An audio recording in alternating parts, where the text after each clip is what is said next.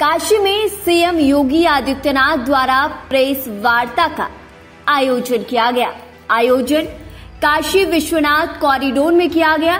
साथ ही पत्रकारों से बातचीत करते हुए कहा कि पंजाब में जो दुर्भाग्यपूर्ण कार्य हुए हैं उसकी हम निंदा करते हैं और उसके लिए हम लोगों ने बाबा काल भैरव और काशी विश्वनाथ मंदिर में पूजा अर्चना की है। वहीं बढ़ते कोरोना वायरस को देखते हुए भी उन्होंने कहा कि ये एक सामान्य वायरस है।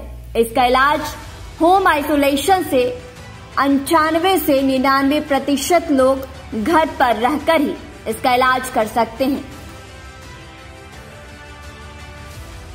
गैर लोकतांत्रिक, गैर संवैधानिक कृत्य कांग्रेस की पंजाब सरकार का कल पंजाब के अंदर गुरदासपुर में देखने को मिला है। हम सब इसकी निंदा करते हैं और कांग्रेस अपने इस गैर जिम्मेदाराना हरकत के लिए देश की जनता से माफी मांगे, क्योंकि इस प्रकार की अनैतिक, असंवैधानिक और अलोकतांत्रिक व्यवस्था को भारत कभी स्वीकार नहीं करेगा। सर्दी में कोहरा बढ़ने की वजह से चोरी और लूट काफी होती है। ऐसा ही एक मामला बुलंदशहर से सामने आया है, जिसमें आरोपियों ने फैक्ट्री से करीब 10 लाख का माल चोरी किया है। हालांकि आरोपियों को पुलिस ने अपनी गिरफ्त में ले लिया है।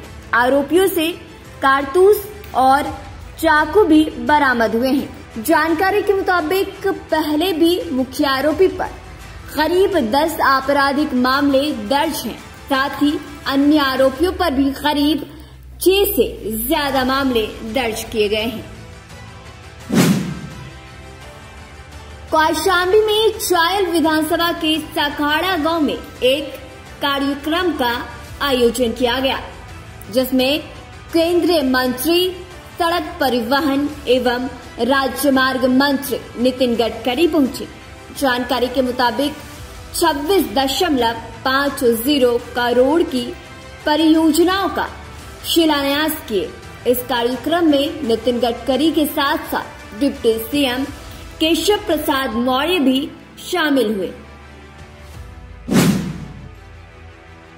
पंजाब में पीएम की सुरक्षा में चूक को लेकर बलरामपुर में सीएम चरणजीत सिंह चन्नी का बीजेपी कार्यकर्ताओं ने पुतला दहन किया। राज्य मंत्री पलटू राम ने भी चरणजीत सिंह चन्नी का पुतला दहन किया। जानकारी के मुताबिक पीएम मोदी के काफिले को जाम में फंसने को लेकर जगह जगह विरोध प्रदर्शन किया जा रहा है। मोदी जी को उनसे जान से मारने की जो उनकी नाकाम कोशिश हुई है, आज हम लोग पंजाब सरकार ही नहीं, कांग्रेस पार्टी के पूरे जितने भी उनके नेता हैं, हम लोग सब लोग मशाल जुलूस निकाल करके एक पुतला फूंक करके हम विरोध प्रदर्शन कर रहे हैं कि कांग्रेस का यह कुकृत्य जो है ये हम लोगों को बर्दाश्त नहीं है और देश के यशस्वी प्रधानमंत्री माननीय नरेंद्र मोदी जी की सुरक्षा में जानबूझकर चूक की गई है। उनको नहीं पता है कि नरेंद्र मोदी जी के सर पर भगवान श्री राम और बाबा विश्वनाथ का आशीर्वाद प्राप्त है, वहीं 130 करोड़ भारतीयों का आशीर्वाद प्राप्त है। जिस तरह से उन्होंने जो काम किया है, आज देश ही नहीं पूरे विदेश में भी आज कांग्रेस पार्टी की निंदा हो रही है। चुनावी मौसम में यूपी के कई क्षेत्रों में छापेमारी का दौर जारी है। कानपुर और कन्नौज के बाद अब काशी में भी सीजीएसटी की टीम ने एक गुटखा कारोबारी के घर पर छापेमारी कर दी। इस गुटखा कारोबारी का नाम लक्ष्मीकांत पांडे उर्फ पम्मी पांडे बताया गया है। दरअसल जांच एजेंसी को ये खबर मिली थी कि ये कारोबारी लाखों की कर चोरी कर रहा है। ऐसे में एक टीम बनाई गई और उसके कारखानों पर धावा बोल दिया गया। छापेमारी टीम में शामिल अफसरों ने अपना मोबाइल स्विच ऑफ कर रखा है। हालांकि सूत्रों की माने तो शुरुआती जांच में लाखों की कर चोरी पकड़ी गई है। गुटखा कारोबारी निजी स्कूल के संचालन की फ्रेंचाइजी में भी शामिल है, ऐसा बताया जा रहा है। ऐसे में जांच एजेंसी ने बिना किसी को भनक लगे कारोबारी के खिलाफ ये एक्शन लिया है। बारिश के साथ साथ कई जगहों पर ओलावृष्टि के आसार नजर आ रहे हैं, लेकिन बेमौसम इस बारिश की वजह से रबी की फसलों को भारी नुकसान हो सकता है। बेमौसम हो रही बारिश किसानों की चिंताएं अब बढ़ाने लगी है। हालांकि मौसम विभाग ने चेतावनी दे दी है कि सुबह से आसमान पर छाए ये काले बादल बारिश से आगे भी बढ़ सकती है। आना है खाली की फसल बा सब चली जाए, बरसात और सरसों बा सब चली जाए।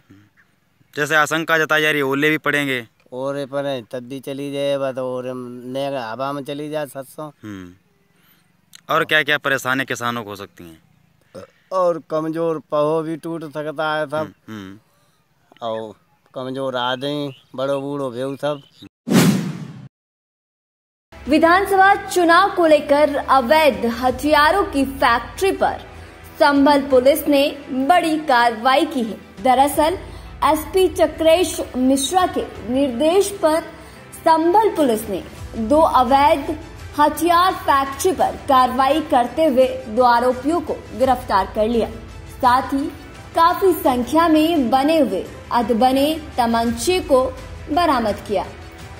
थाना हयातनगर व थाना धनारी की पुलिस के द्वारा आज अवैध शस्त्र फैक्ट्रियों का खुलासा किया गया है। ये एक विशेष अभियान चुनावों को देखते हुए चलाया जा रहा है। इसमें थाना हयातनगर के द्वारा कुल 7 बने हुए तमंचे व उसके साथ में तमंचे बनाने का पूरा सामान और उसकी फैक्ट्री में प्रयोग होने वाले अन्य सामान बरामद किए गए हैं। एक अभियुक्त अशरफ को गिरफ्तार किया गया है, वह एक उस्मान अभी फरार है। थाना धनारी की पुलिस के द्वारा 5 बने हुए तमंचे व 10 अधबने तमंचे बरामद किए गए हैं। इसमें भी एक अभियुक्त पप्पू गिरफ्तार किया गया है, वह एक योगेंद्र अभी फरार है, जिसकी गिरफ्तारी का प्रयास किया जा रहा है। पीएम मोदी की सुरक्षा में चूक को लेकर संभल में बीजेपी के कार्यकर्ता आक्रोशित नजर आए। बीजेपी कार्यकर्ताओं ने कपिल सिंघल के नेतृत्व में पंजाब सरकार का पुतला लेकर जुलूस निकालते हुए शंकर कॉलेज चौराहे पर पहुंचकर पंजाब सरकार मुर्दाबाद का नारे लगाए और पुतला दहन किया।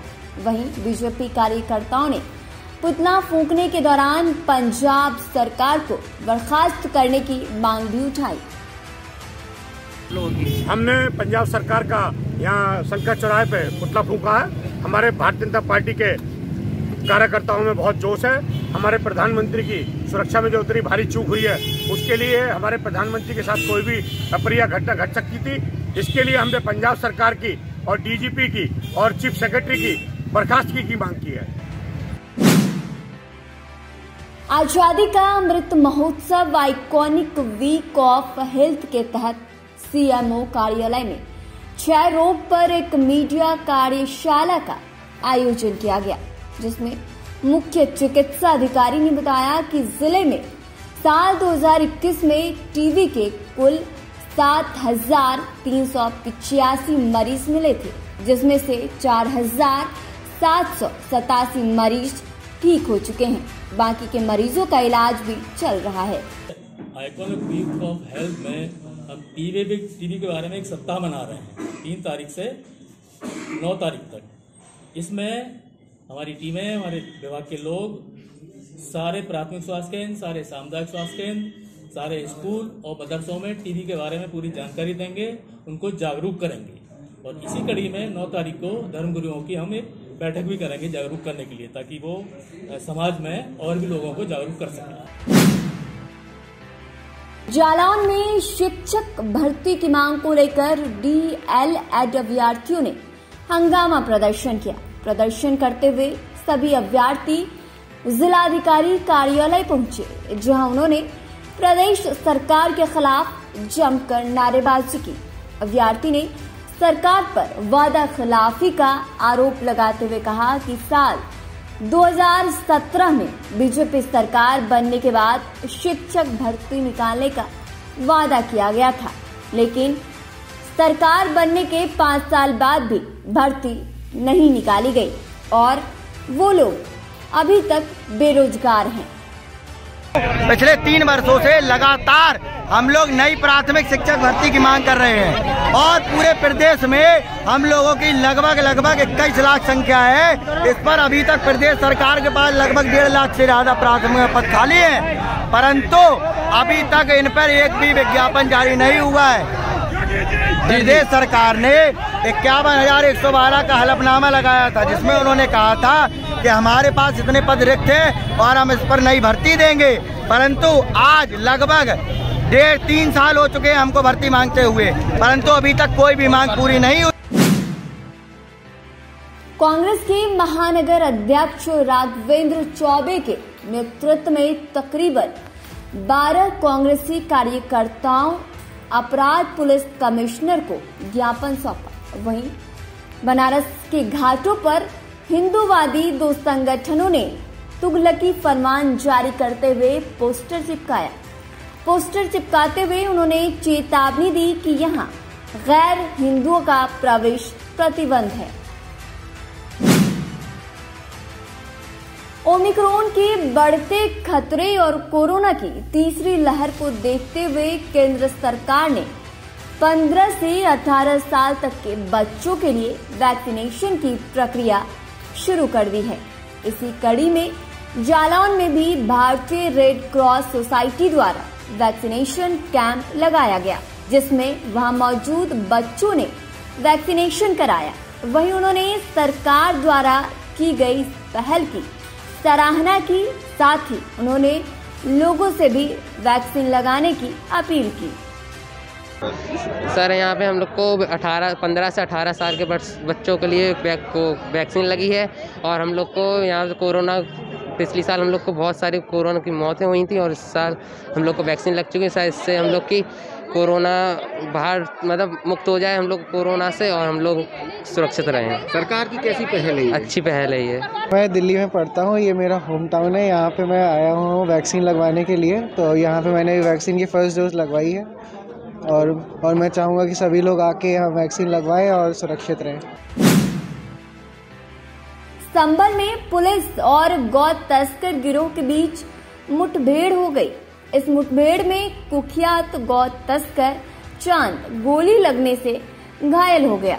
पुलिस ने घायल गौ तस्कर चांद समेत 3 और गौ तस्करों को गिरफ्तार कर लिया। पुलिस द्वारा गिरफ्तार किए गए गौ तस्करों से एक मोटरसाइकिल, पशु काटने के उपकरण और बछड़ा भी बरामद किया गया।